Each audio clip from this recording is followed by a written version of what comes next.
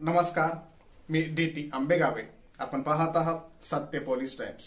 सामान्य जनतेचा आवाज बुलंद करण्यासाठी सत्य पोलीस टाइम्स या चॅनेलला आत्ताच सबस्क्राईब करा.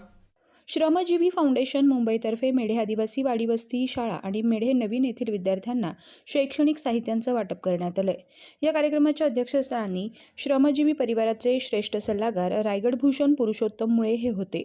तर व्यासपीठावर श्रमजीवी परिवाराचे सर्वेसर्वा हरेशजी कावणकर, श्रमजीवी संघटनेचे प्रमुख संघटक श्री सुरेश शिगवण, श्री विकास पाटील, श्री नरेंद्र गुरव, सभापती पंचायत समिती तळाचे श्री नथुराम मुकण, पोलीस पाटील श्री सुहास बैकर, माजी सरपंच मेढे सौ देवका मुकण, अंगणवाडी सेविका ज्योती पावसे, मदतनीस रोशनी बैकर, शकुंतला जाधव, नीरा मुकण, मुख्याध्यापक श्री बालाजी तोरकड, मुख्याध्यापिका प्रिया गायकवाड, समिती अध्यक्षा अस्मिता माळी, श्री चोपडे गुरुजी, घाडगे गुरुजी आणि विद्यार्थी मोठ्या संख्येने उपस्थित होते.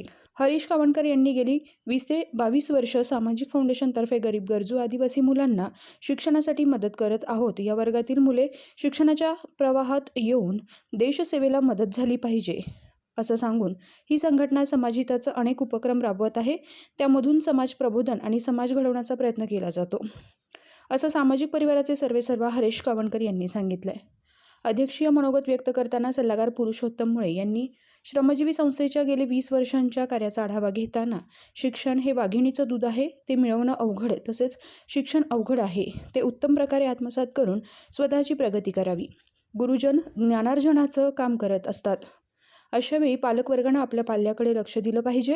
जीवनात शिक्षणाशिवाय प्रगती नाही, हेच साध्य करा. गेली 3 वर्षे या संस्थेतर्फे शैक्षणिक साहित्य वाटप करत आहेत.